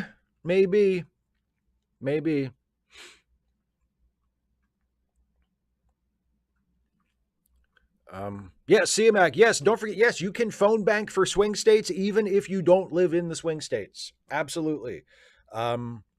Absolutely. The last time around, actually not the last presidential election, but the 2 years ago, the congressional elections, I phone banked with Dana for Georgia, because so it's not out of state for Dana. Dana lives in Georgia, but I was also participating in that here for Maryland. So yes, you can phone bank remotely for a swing state. Kirog with a super chat. I recently watched the NYPD Blue episode, Where's Swaldo, and then a second season episode, but is Where's Swaldo, this is the episode where Quasi, and then I'll wait for part 2. Warren Erickson, Walz is my state's governor. Congratulations. Wes Moore is my state's governor. So we're awesome governor buddies. Every time I see Wes Moore post something cool on Twitter or something, I'll like retweet it and be like, we have the best governor. And then somebody will come back and say, Tim Walz, Minnesota has the best governor. And I don't want to argue. I don't want to be like, no, because it's Tim Walz and he's going to be the vice president, hopefully. So I'm not going to like get into a fight with somebody who says, I'm from Minnesota, we have the best governor. You're goddamn right you do. Anyway, second part of Kirok's question. Not sure if you remember this one, but that speech Andy gives Simone and vice versa about the mother telling the girl to hate him is so powerful. I don't remember word for word that speech, but I remember that episode and I remember that scene. Yeah.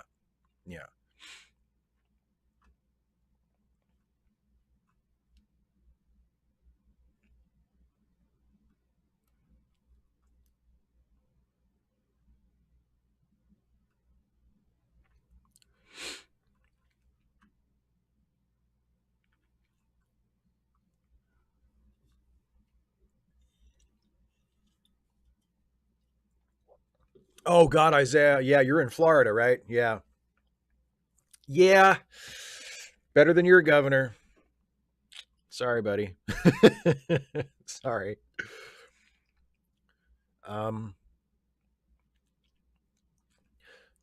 Laser Weldo 92 says, I'm planning on moving to the Towson area in a year or two. Right now I'm in shithole Indiana. What parts of Maryland are the sus parts? Seems like the West and the East. Yeah, pretty much.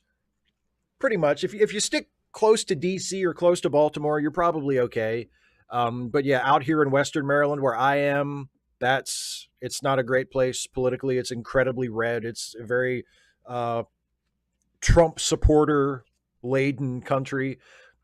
And yeah, then to the west and down near the Eastern Shore, that's pretty right wing. Yeah.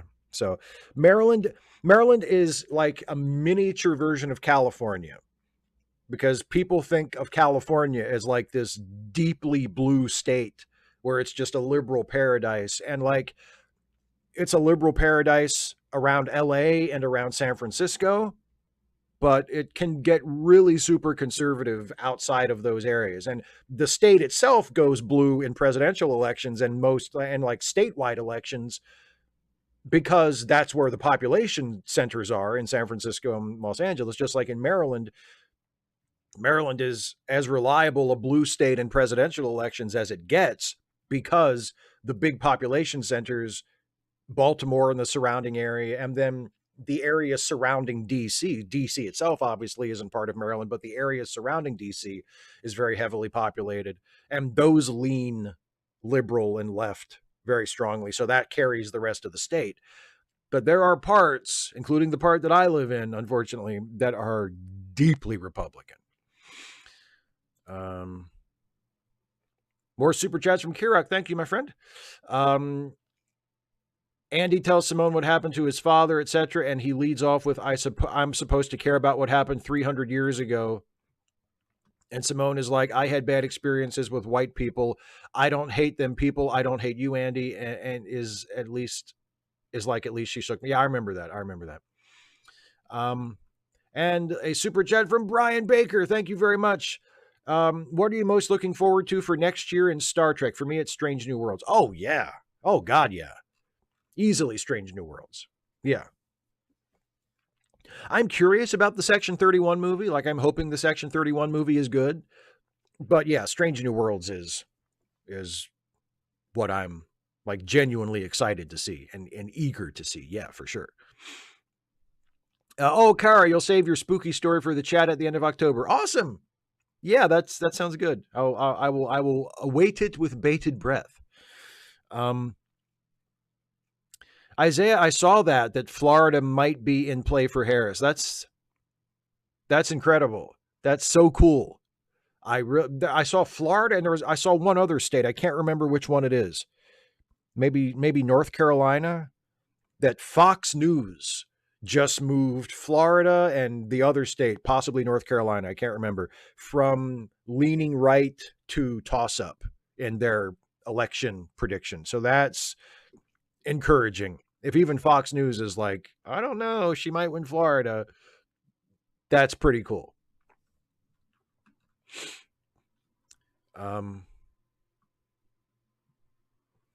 Kirok says, what do you think about Section 31 in Enterprise? Yeah. It's fine. I mean, like most of Enterprise, it's like, all right, sure.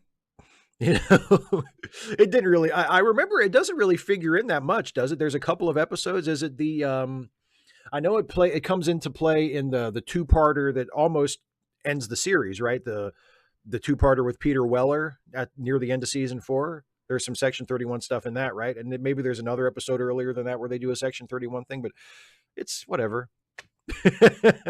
I mean, I didn't hate it, but it's nothing that I look back on and think, oh man, that was great. It's just like most of Enterprise. It was just sort of, okay, that was a thing they did. Oh, see him at good point. 300,000 Haitian Americans in Florida. Whoops. Christy, was it North Carolina or was it Georgia, Dana? Dana, I hope it was Georgia. I would love for Georgia to go blue in a presidential election. That would be great. Geek says, FYI, Americans outside of the USA, blue is for conservative and red represents communism. And you know what? It used to be that way here too. It wasn't until I think the mid 80s, was it, that red for Republican and blue for Democrat became the sort of universally recognized standard for color coding the election. If you look at archival footage of election coverage from the early 80s and the 70s, there were many times where they would use red for Democrats and blue for Republicans. Like it didn't become standardized as red means Republican and blue means Democrat until surprisingly recently. Like, I mean, it's been a while now. It's been like 35 or 40 years now, but relatively recently in the grand scheme of things.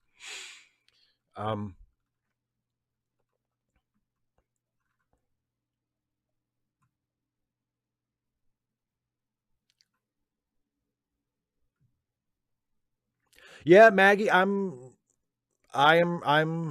right there with you. I'm crossing my fingers for Angela Also Brooks. Angela Also Brooks is the Democratic candidate for our Senate seat that is up this year here in Maryland, and she's running against Larry Hogan, the Republican former governor.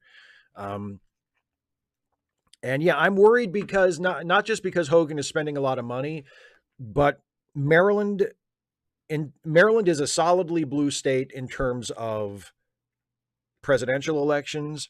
We usually elect Democratic United States senators, but we have a really bad habit of centrists and just sort of middle of the road Democrats in Maryland falling for the, well, he's a reasonable Republican, I'll vote for him thing.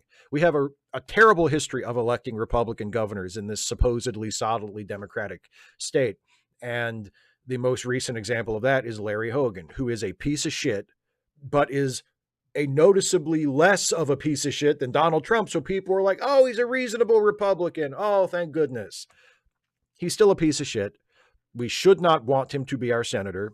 I hope he will not be our senator. I hope also Brooks will be our senator. But yeah, I'm a little worried about it just because of Maryland's very, very bad and annoying tendency to fall for the, oh, he's a moderate Republican, we can vote for him thing. Like, no, stop that. Can we please stop doing that?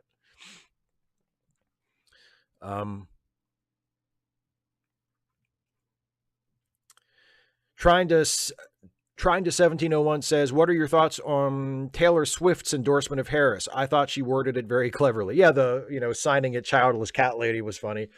I think it's great.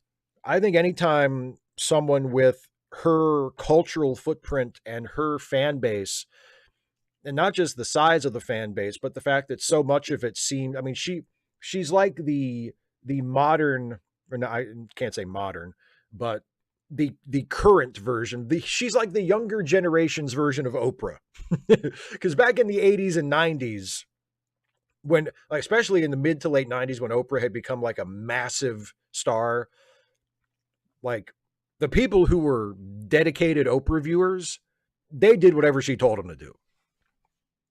Like, she had such influence over her audience, and her audience was so huge. And that's what Taylor Swift has now. And I love to see someone with that size of an audience, with that influence, using it for good. And saying, A, make sure you're registered to vote. And B, even though she doesn't come out and say, you'd better vote for Kamala Harris. She says, do your own research, make up your own mind, make sure you're registered to vote. But just so you know, I'm voting for Kamala Harris, and here's why. Right? So she's leading them in a direction without shoving them in a direction. And I think it's a wonderful thing. And I'm grateful to Taylor Swift for doing that. It's not unexpected because she endorsed Biden the last time. I mean, it's not unheard of that she would endorse a candidate, but I'm very, very happy that she did. Me No Other says we need a Star Trek based on one of Steve's job characters and a space station Starbase 80 show. Which one of the Starfleet Jobs characters do you think would make the best basis for a series? I'm not sure if any of them are right for a series. I don't know if I could sustain any of them for multiple episodes or even for one entire episode, like one entire 45-minute episode. But yeah, which one of the ones I've done so far would be the best, lead character for a series? Oh, Christy, yes. And the fact that Taylor timed it just right. Yeah. Like, as soon as the debate was over and it was obvious that Harris had beaten his brains out, here comes the the salt in the wound, Taylor Swift endorsement. Super chat from Kirok. Thank you once again, my friend. Even though I am voting for Harris, I live in a red state. And yes, let me state again, I am voting. My question is, do people who vote Democrat in a red state make a huge difference, or am I simply doing my part? No, it doesn't matter whether you live in a red state or not. You should be, well, as Zeb says, if you live in a red state, you should make sure your registration is squared away. But no, you should vote for the Democrat. That's how red states become blue states. Like if you say, well, it doesn't matter if I vote for a Democrat because my state is a red state, then you're treating it as a foregone conclusion. And if you always treat it as a foregone conclusion every time, and everybody else does too, then it becomes a foregone conclusion. And it doesn't have to be. So yeah, if you live in a red state, still get out there and vote for the Democrats. And not just Kamala Harris and Tim Walz. Vote Democrat down the ticket. Vote Democrat for your member of Congress, for your senator if you have a senator running for election this time. You know, vote for your state representatives. Like, it matters. It makes a difference. Your vote counts. So always vote. Always vote. Even it doesn't matter whether you live in a red state or not. Always vote. Yeah, Boxy Brown, exactly. Vote down ballot. Yes. So important. So important. 2 votes for the janitor, or the custodian, as Jan says, and 1 vote for the Starfleet chef. It would be fun to do that. Definitely not a French accent for as a regular character in a series. It's like, oh, I guess I'm just doing this for a living now.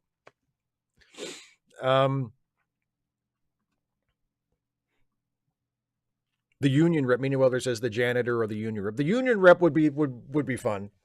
The union rep would be fun. He was a fun character to play.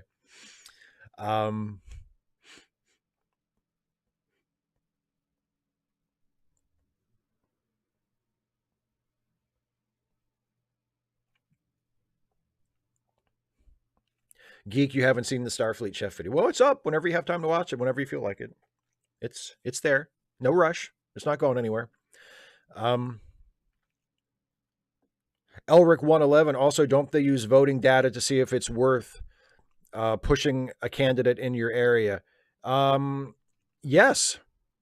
Yes, they do. They political parties have to spend their money strategically, and if they see that there is a block of Democratic voters in a particular district that have been reliably active for multiple election cycles, and that it might be worth throwing some money at it and trying to flip a district or get some more votes for a statewide election, yes, they will do that. Yeah, voting is incredibly important, and it counts for all kinds of different things. You should, if it is at all possible, you should always vote every single time. Every presidential elections, midterms, local elections, you should vote every single time. If voting didn't matter, then people, particularly right-wingers and Republicans, would not be trying so hard to stop you from voting. Like, that to me is the ultimate rebuttal to the, oh, it doesn't matter if you vote. If it didn't matter if you vote, then the Republican Party would not be trying so hard every single time to stop as many of you from voting as it possibly could. It matters. It's important. And if you can possibly do it, do it. And don't just vote for the top of the ticket, for the top of the ballot. Vote all the way down and vote for the most progressive candidate in every race that you can find.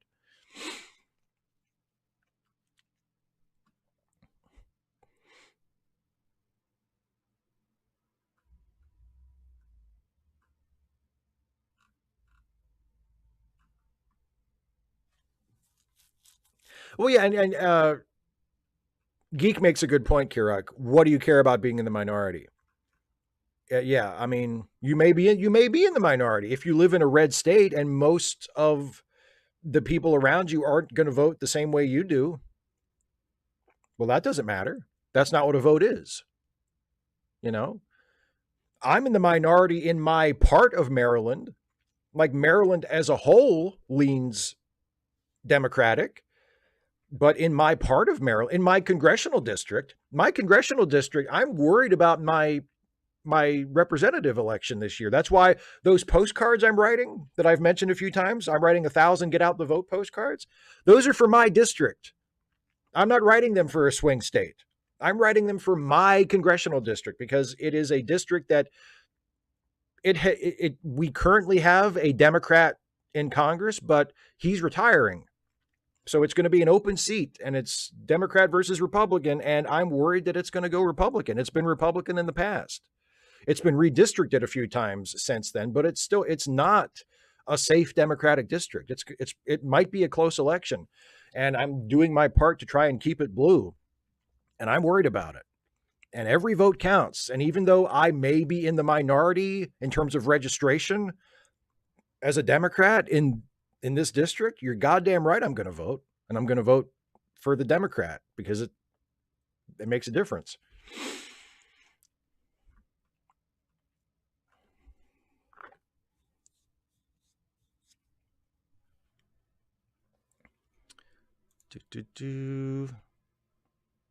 Okay, here's a super chat from Zeb. Thank you very much. Says voting matters. Just like corporations want to create the mindset of at least I have a job as a matter of control, same goes for voting. All votes matter. Vote. Maybe not in a primary if you're independent, of course. Yeah, I mean, I guess, but I would recommend that people vote in primaries too. I mean, I know that it's in states with closed primaries, some people who are not fans of the Democratic Party don't like having to actually register as the Democrat in order to vote. But I mean, if we don't get more progressive and left-leaning people to participate in the Democratic Party, then that's never going to get any better either. So, I mean, no, I encourage people to vote in the primaries and the general every single time. And in certain ways, the primaries are even more important. Yeah, anyway, thank you all so much for your super chats. I'm going to start wrapping this up now because we are close to the top of the hour, and I've been going for about 2 hours, and we've had a pretty good streak since the last technical difficulty, so I want to just finish strong before my internet decides to slow down or take a break again. So before I wrap things up, I just want to remind everybody, and if you have any final questions and such, please get, as Geek also shares the charity links. If you have any final questions for me or comments or something you want me to see in the chat, please feel free to throw it in there. I will take a last look before I sign off. But for now, if you enjoy the work I do here on YouTube, please don't forget that you can support this channel by becoming a patron at patreon.com/Steve Shives, or by clicking the join button to become a channel member.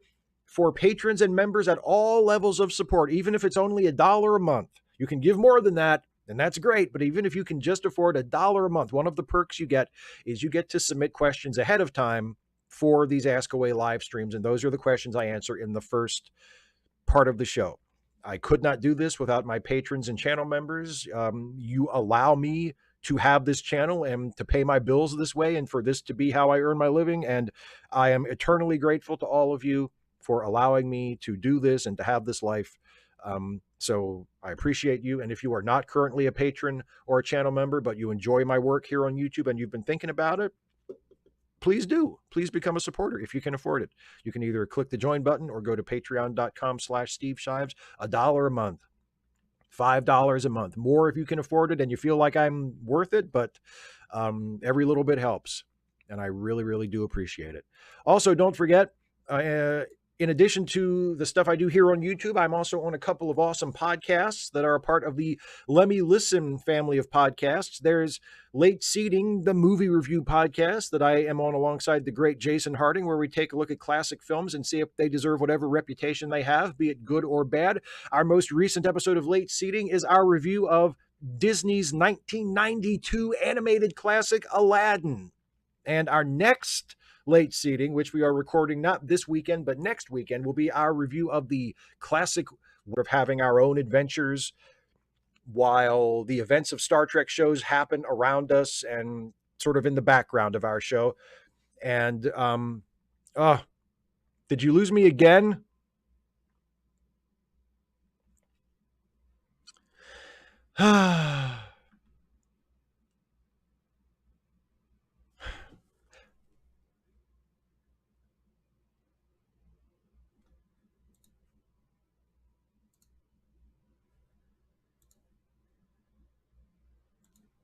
Am I back? I'm back. Hi, everybody.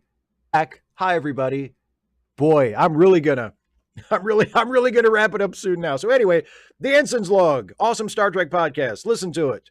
Let Me Listen podcast. Links are in the description. Also, don't forget charitylinks.page. Some random geek was putting the links in the live chat, so please make use of those. Those are charity links, PayPal links, GoFundMe links, etc. for friends of ours who need some help just paying the bills, who are in a tight financial situation. So if you can afford to help them out, please do. Now let me peruse the live chat for some final questions and so forth. Here's a super chat from S.A. Ross. Thank you very much. Says, hey, Steve, Voyager and NFL watcher here. Glad we agree on all the real stuff that matters while disagreeing on a silly Star Trek show. Love your stuff. Well, thank you very much. And I agree. I'm glad we can disagree on stuff that is just kind of frivolous. Kirog with a super chat. You and Jason should do Soul Man suggestion. Is Soul Man considered a classic? Maybe. I don't know. Anyway, I'm going to end this and not press my luck any further. So thank you all so much for watching. Again, apologies for the intermittent technical difficulties. Thank you all. Most of you have stuck around the entire time, even though it's been in and out here and there. Thank you all so much for being here. Thank you for the amazing questions. Thank you for hanging out in the chat. Thanks to those of you who are patrons and members for your support. Thanks for the super chats, everybody. And yeah, that's it. I will see you next time. Have a good night. Have a good weekend. Take care, everybody.